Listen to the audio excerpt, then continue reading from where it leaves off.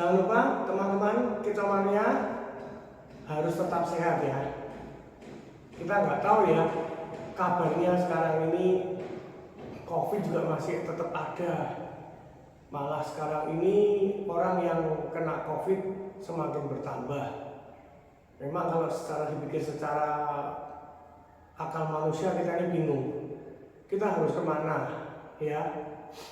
Negara kita, suasana di sekeliling kita, ini kita malah bingung. Tapi tetap ya bagi kita semua tetap jangan lupa, tetap kita selalu menggunakan masker, baik itu di acara kumpulan manapun juga, terutama di tempat-tempat lomba juga.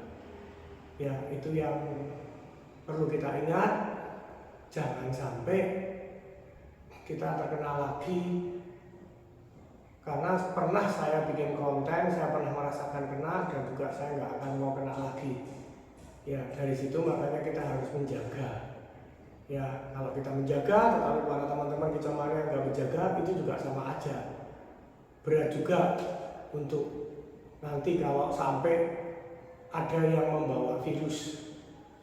Oke, jadi gini, untuk saat ini saya ingin berbicara atau saya membuat konten ini dengan judul Preman Jogja Cukup Membanggakan. Jadi begini ceritanya, teman-teman yang pernah melihat YouTube saya yang udah lama ya, saya pernah cerita kapan saya mendapatkan Preman Jogja, siapa waktu itu pemiliknya, apa waktu itu prestasinya. Tapi setelah itu memang vakum ya. Jadi sering jalan, sering enggak, mabung lagi, jalan enggak, dan nggak bisa pasti. Kira-kira saya punya Preman Jogja ini sudah hampir 4 tahun ya, sebelum COVID. Ya sebelum COVID saya sudah punya itu. Nah sekarang ini saya mau cerita. Waktu kapan itu kan minggu kemarin itu kira-kira tanggal 30 Oktober saya datang ke Masterpiece di Jakarta, di BSD. Nah itu eventnya judulnya Mega Platinum. Ya, yang waktu itu kabarnya ada tiket yang 50 juta, tapi akhirnya itu memang batal, nggak jadi. Nah, saya memang punya rencana ke Jakarta.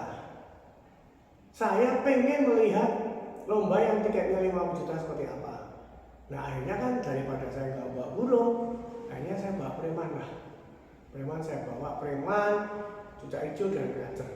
Cuma yang benar-benar saya konsentrasi waktu itu preman. Cuma sebetulnya saya juga bingung. Jadi preman itu 3 minggu sebelum 2 minggu sebelum Mega Platinum saya turunkan di Jogja di latihan. Nggak kerja sama sekali. Cuma memang saya pernah tanya sama yang punya Preman Jogja, ya namanya Yudi waktu itu. Saya pernah tanya ke dia, Yud, ini rahasianya apa sih Preman Jogja ini supaya dia mau tampil? Apa jangkriknya ditambah, atau protonya ditambah, atau ditambah hongkongnya? Nah, saya tanya sama teman saya yang namanya Yudi. Dia hanya bilang kepada saya begini, gini Pak Ali, sebetulnya tidak ada rahasia apa-apa untuk Preman Jogja bisa mau tampil. Ya, jadi dia hanya bilang, waktu itu dia bilang kalau sering diadu aja. Nah, saya kan bingung sebetulnya, sering diadu, waduh, ya udahlah. Tidak ada menu khusus, nggak ada. Itu burung mau digas jangkriknya juga nggak mau di hongkongnya dikasih hongkong juga nggak mau makan. Ya udah, akhirnya saya coba. Jadi tadi ya saya cerita 2 minggu sebelum Masterpiece saya bawa ke tempat latihan di Jogja. Dilatih malah kayak birahi, turun ke bawah, udah nggak bener. Ya udah nggak apa-apa. Minggu kemudian tak bawa lagi ke SPM, turun 2 kali, juga tidak bagus. Wah, saya waktu itu sempat bingung, karena hari Selasanya dari SPM itu hari Selasanya saya berangkat ke Jakarta. Di samping saya ngurusi kerjaan, saya berangkat ke Jakarta. Kita tanggal 30 mau saya turunkan di SPM. Mau saya turunkan di Masterpiece. Akhirnya saya bawa ke Jakarta. Udah, saya cuma inget omongan dari pemilik lama. Coba sering diadu. Ya itu berarti kan saya udah ngadu itu. Hari Minggunya udah diadu sekali, minggu depannya diadu 2 kali, tetap nggak bagus. Nah, waktu itu saya di Jakarta mulai Selasa, Rabu, Kamis, Jumat. Nah, waktu hari Kamis malam itu saya ngobrol dengan orang saya. Ya, mungkin ada yang tahu namanya Kancil waktu itu. Cil, enaknya gimana ini ya? Anu aja Pak, coba Jumat dilatih. Siapa tahu Jumat nanti mau jalan, siapa tahu nanti Minggu juga mau jalan. Ya udah, akhirnya Jumat saya latih. Saya ketemu teman-teman yang di Jakarta, yang di daerah Tangerang. Ada Mas Ujang, ada Mas Faisal, Pak D, ada Lutfi. Saya bilang, tempat latihan mana ya? Oh ada Pak, tempat latihan. Kalau nggak salah namanya Karangjati atau Kebun Jati lah, saya nggak tahu. Nah, Jumat itu saya bawa ke sana. Saya berpikir, nggak apa-apa lah, yang penting dilatih aja gimana, siapa tahu jalan, oke enggak ya nggak apa-apa, sudah terlanjur berangkat dan saya sudah beli tiket. Memang tiket itu kalau di Masterpiece dijual langsung laku. Nah, akhirnya saya bawa Jumat itu saya latih. Tak latih itu ternyata, bagus banget. Itu burung mau kayak sujud itu nembak keluarin tembakan berkali-kali, buat naik ke atas, nembak lagi, tidak ada berhentinya. Sayang ya, saya nggak bisa menunjukkan videonya, ya karena siapa yang mau nyangka, saya juga nggak video itu burung. Saya cuma terkesima aja lihat, wah itu bagus banget. Akhirnya burung itu dapat juara 1. Dari situ saya tuh mikir, berarti benar juga apa yang diomongin sama pemilik lama si Mas Yudi itu. Wah ya udah. Jadi waktu itu cuma saya buat latihan juara 1. Satunya saya nggak mau ngebom jangkrik, udah jangkriknya yang biasa aja, kayak harian tak kasih aja, Minggu tak bawa ke Masterpiece. Session pertama jam 10 itu. Wah, yang biasanya saya datang ke Masterpiece tenang, santai, ketemu teman-teman, melihat hari itu saya kalau orang bilang itu saya tuh deg-degan. Deg-degan kayak nggak yakin ini. Waduh, jalan nggak ya? Jadi malah mikir. Ya, waktu itu dapat gantangan 03. Ya udah, digantang. Tapi memang kerjanya tidak sebagus yang kemarin waktu hari Jumat karena posisi dia dapat di pinggir. Tapi menurut saya sudah lumayan bagus juga. Dia mengeluarkan lagu panjang-panjang, nembak, panjang-panjang, nembak. Wah, saya juga udah merasa senang.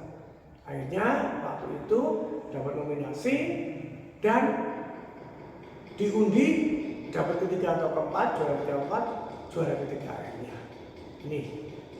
Ini piala yang dapat dari Masterpiece itu seperti ini. Bagus banget ini pialanya ya. Jadi piala ini menunjukkan kayak lapangannya yang di BSD itu seperti apa. Nah, seperti ini, dan piala ini juga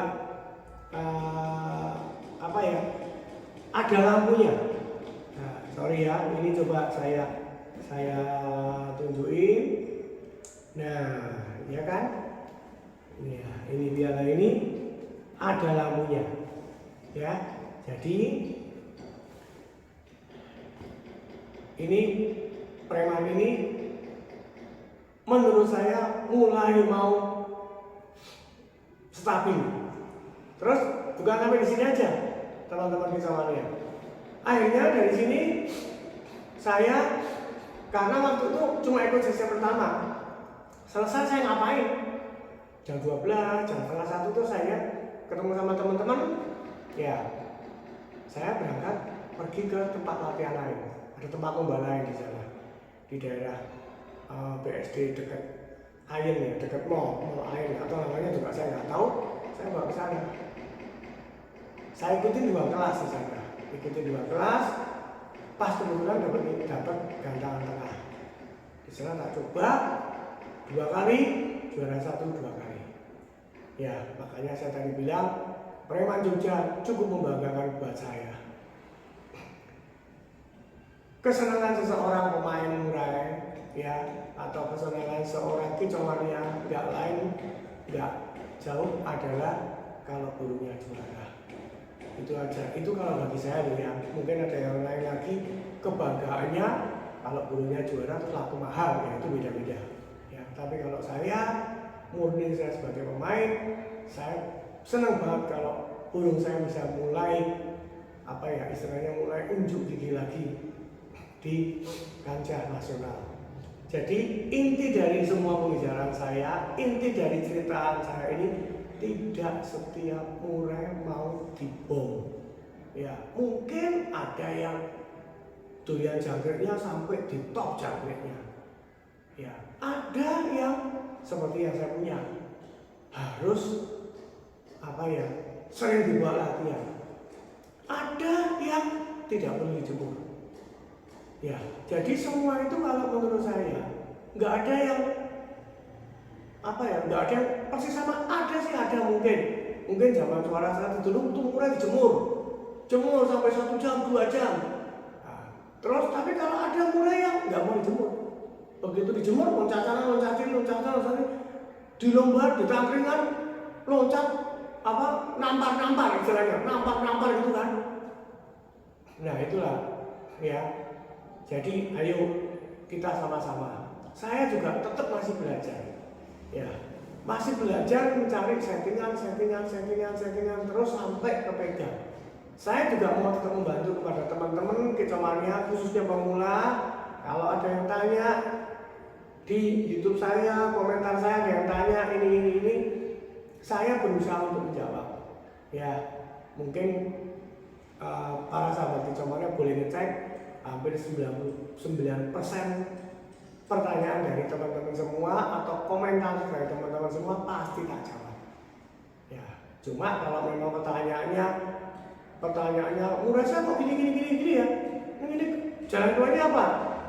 Ya, saya jawabnya juga sebenarnya agak bingung. Jadi yang diharapkan dari teman kicomania adalah menceritakan, Om, kata Kak, saya punya murai. Umurnya baru sekian. Rawatan hariannya adalah begini.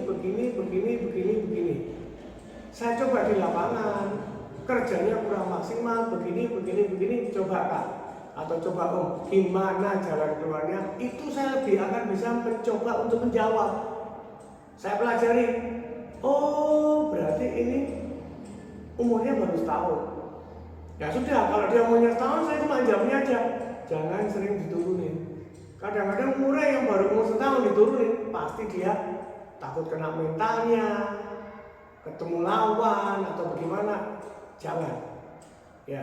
Jadi kalau misalnya umurnya sudah 3 tahun, terus dia dijemur begini kenapa? Saya juga bisa jawab. Oh, mungkin tolong nggak usah jemur dulu, tolong diablak.